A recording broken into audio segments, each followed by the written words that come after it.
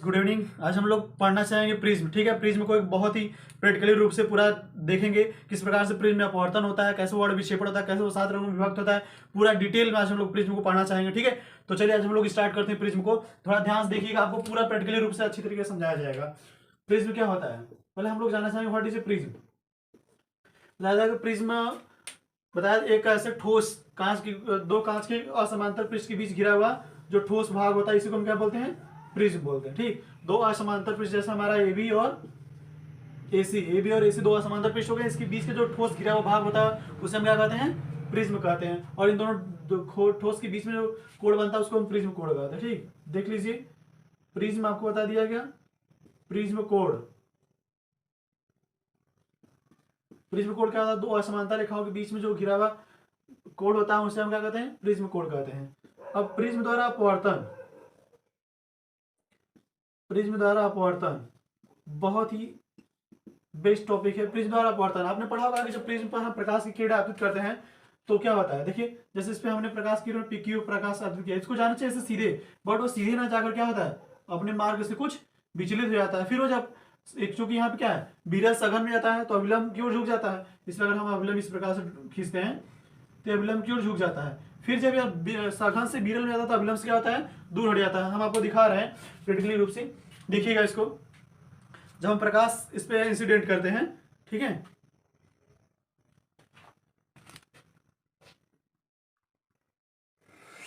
I hope आपको समझ में आ गया होगा कि जब हम प्रिज्म पे प्रकाश डालते हैं तो किस प्रकार से अपवर्तन होता है। ठीक है, तो इसके बारे में हम लोग जानना चाहेंगे, बहुत ही बेस्ट टॉपिक है हमारा।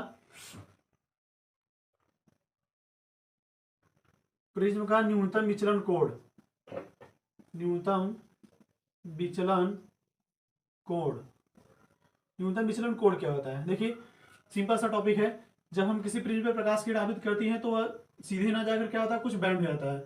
उसके बाद जो दूसरे माध्यम जाता है अपने मार्ग से फिर विचलित हो जाता है, आपतित किरणों को आगे बढ़ाने पर और अपवर्तित किरणों को पीछे बढ़ाने पर। ऐसे समझिएगा बिल्कुल अलग तरीके से। जब प्रकाश की किरण आपतित करते हैं तो क्या हो रहा है, इसमें अपवर्तन हो रहा है। अब आपतित किरण को अगर हम आगे बढ़ा दें और यह जो अपवर्तित किरण उसको हम पीछे बढ़ा दें, दोनों जिस कोण पे मिलते हैं उसे हम क्या बोलते हैं, प्रिज्म कोण कहते हैं। बहुत ही सिंपल सा है, इसको हम आराम से समझ सकते हैं, कोई भी प्रॉब्लम इसमें नहीं होगा।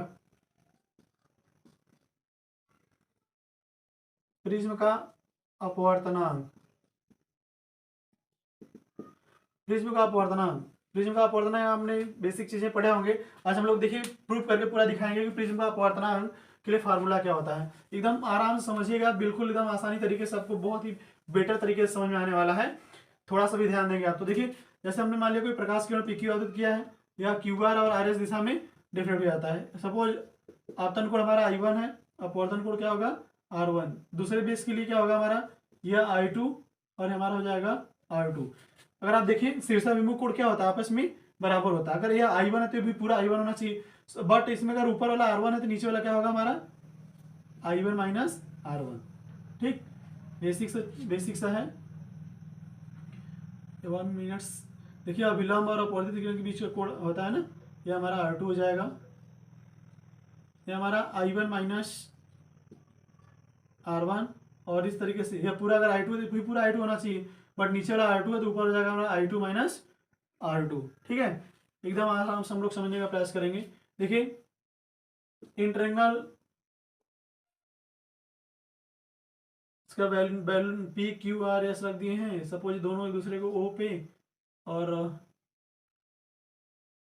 P Q R S T ऐसे मान लीजिए, O मान लीजिए, तो T Q R में बहिष्कोण प्रमेय लगाते हैं। ट्रायंगल T Q R, बहिष्कोण प्रमेय अगर हम लगाएं, बहिष्कोण प्रमेय आप लोगों ने पढ़ा होगा कि किसी भी त्रिभुज में जो बहिष्कोण होता है अंतः दो सुदूर कोणों के योगफल के बराबर होता है।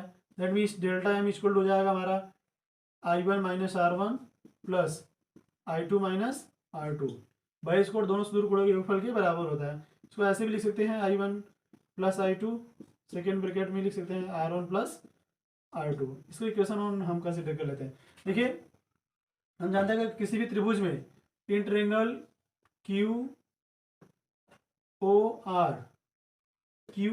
त्रिभुज के तीनों कोणों का फल क्या होता है, R1 प्लस R2 प्लस कोण O बराबर 180 डिग्री। क्वेश्चन सेकंड कंसीडर कर ले रहे हैं। और एक चीज हमें और दिख रहा है, चतुर्भुज ठीक है, ए क्यू ओ आर, ए क्यू ओ आर। आपने पढ़ा होगा कि समूह कोणों का योगफल क्या होता है, 180 अंश। चतुर्भुज के समूह कोणों का योगफल 180 अंश होता है। तो कोण ए प्लस कोण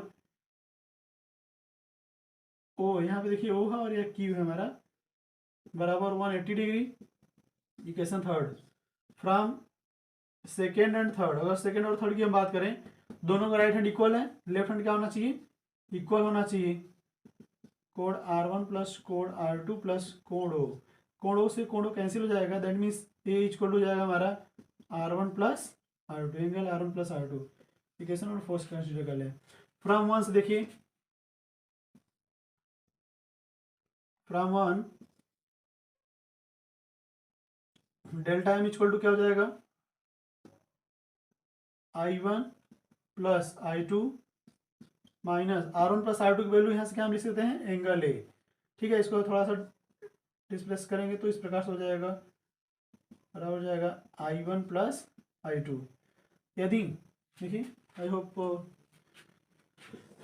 देख लीजिए इधर, यदि पतले प्रिज्म की बात की जाए, ठीक, तो आप जानते हैं जितने जितने एंगल पे प्रकाश हम आपतित करते हैं, ठीक उतने एंगल पे प्रकाश क्या होता है, बाहर अपवर्तित भी होता है। तो I1 बराबर I2 को हम I कंसीडर कर ले रहे हैं, तो यहाँ से हमें क्या मिल जाएगा, डेल्टा एम प्लस कोण ए बराबर I plus I, that means 2I। यहाँ से I की वैल्यू फाइंड करेंगे तो हमें जाएगा डेल्टा एम प्लस कोण ए अपॉन 2।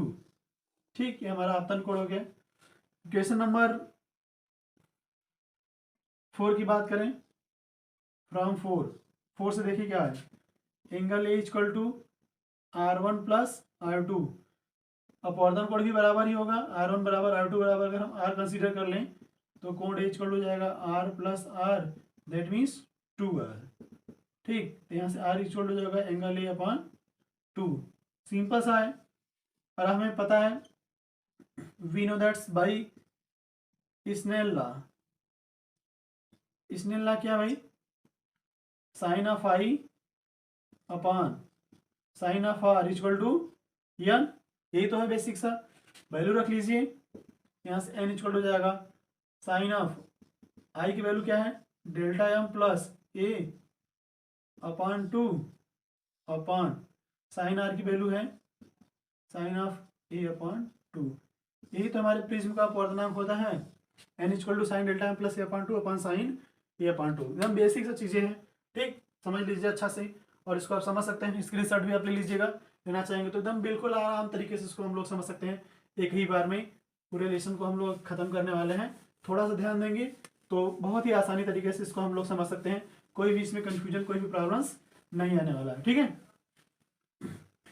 तो नेक्स्ट पॉइंट है इसमें वर्ण विक्षेपण। वर्ण विक्षेपण क्या होता है, इसी को परिक्षेपण के नाम से भी जाना जाता है। सिंपल सा टॉपिक, जब हम किसी प्रिज्म पर प्रकाश की किरण श्वेत रंग का प्रकाश आपतित करते हैं तो वह लगभग 7 रंगों में विभक्त हो जाता है। ठीक है, इसको भी हम लोग प्रैक्टिकली देखने वाले हैं, एकदम अच्छी तरीके से आपको समझ में आएगा। ठीक है, जैसे हमने इस पर श्वेत प्रकाश आपतित किया तो आपने पढ़ा होगा कि ये जब प्रकाश अपवर्तित होता है तो 7 रंगों में विभक्त हो जाता है। ठीक, जब हम किसी प्रिज्म पर, इसकी परिभाषा क्या होगी, जब किसी प्रिज्म पर श्वेत रंग का प्रकाश आपतित करते हैं तो वह लगभग 7 रंगों में विभक्त हो जाता है। इसी घटना को हम क्या बोलते हैं, विबग्योर। ठीक, अपनी शॉर्टकट लर्न करने के लिए पढ़ा होगा, violet, indigo, blue, green, yellow, orange और रेड। ठीक, सबसे मैक्सिमम मिनिमम डिफ्रेक्शन किसमें होता है, रेड में होता है, और मैक्सिमम होता है वैलेट में।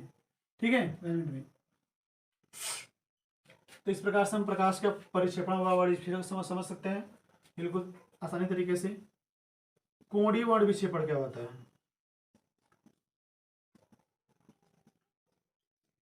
कोणीय वर्ण विक्षेपण सिंपल सा है, जब हम किसी प्रिज्म पर प्रकाश की किरण आपतित करते हैं तो हमने बताया कि मिनिमम डिफ्रेक्शन किसमें हो रहा है, रेड में, मैक्सिमम डिफ्रेक्शन किसमें हो रहा है, वायलेट में। ठीक, इसको जाना चाहिए ऐसे सीधे, ये देखिए जो एंगल बन रहा है वह डेल आर है, और ये जो टोटल एंगल बन रहा है वह डेल वी है। वायलेंट में इतना ज़्यादा डिफ्रेक्शन हो रहा है, तो इन दोनों के बीच में देखिए, तो हमारा इन दोनों के बीच में कुछ कोण बनेगा, लॉजिक समझिए। यहाँ पे देखिए इन दोनों के बीच में कुछ एंगल बन रहा है, यही कोण ही तो होता है थीटा। थीटा का वैल्यू हम कैसे निकाल सकते हैं? पूरे वायलेंट कलर के डिफ्रेक्शन में से रेड कलर का डिफ्रेक्शन निकाल देंगे तो ये बीच में जो कोण बनेगा वही निकलेगा ना। That means del V minus del R. तो इसको ऐसे हम डिफाइन कर सकते हैं, कोणीय बल विक्षेपण। ठीक, जब किसी प्रिज्म पर श्वेत रंग का प्रकाश अर्पित करते हैं तो अधिकतम विचलन तथा न्यूनतम विचलन के बीच बने कोण के अंतर को, ठीक, अधिकतम विचलन और न्यूनतम विचलन के बीच की बने कोण के अंतर को हम क्या कहते हैं? कोणीय बल विक्षेपण। एकदम सिंपल सा लॉजिक है।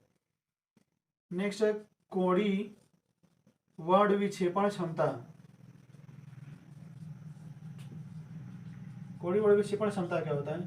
सिंपल सा है, किसी भी प्रिज्म के कोणीय बल विक्षेपण तथा उसके मध्य रंग की विचलन कोण। देखिए इसमें वायलेंट कलर को बीच में माना जाता है क्योंकि जो ऊपर के रे होते हैं उनका डिफ्लेक्शन और नीचे का जो डिफ्लेक्शन दोनों इक्वल होता है। तो यहाँ से हमें मिल जाएगा omega equal to theta upon del Y. ठीक है, प्रिज्म के अपवर्तनांक के लिए फार्मूला हम लोग एक और यहाँ से पढ़े हैं। न्यूनतम विचलन की स्थिति में जो अगर यहाँ से न्यूनतम विचलन होगा तो एन कैंसिल हो जाएगा, साइन साइन यहाँ से हो जाएगा डेल्टा एम प्लस कोण A upon two upon A upon two, two से टू कैंसिल हो जाएगा। यहाँ से क्रॉस मल्टीप्लिकेशन का निकालते हैं M equal to N minus one into angle A. ठीक है, इसी से हम लोग यहाँ फाइंड कर सकते हैं। इसके लिए भी अलग से फार्मूला फाइंड कर सकते हैं। देखिए थीटा इक्वल टू क्या होता है? Del V minus del R बटे डेल वाई। डेल वी की वैल्यू भी यहाँ से अगर हम निकालना चाहें तो N V minus one into कोण ए हो जाएगा minus N R minus one into कोण ए बटे N Y minus one into कोण ए। अगर अलग अलग रंग के लिए उसका अपवर्तनांक अलग अलग है, कोण एक कॉमन लेकर अगर हम कैंसिल कर लेंगे यहाँ से मिलेगा N V minus N R बटे एन वाई माइनस वन। यही तो हमारा कोणीय बल विक्षेपण क्षमता होता है। ठीक है, इस लेसन से हम लोग इसको एकदम बारीकी रूप से पूरा टोटल एक बार में देख सकते हैं।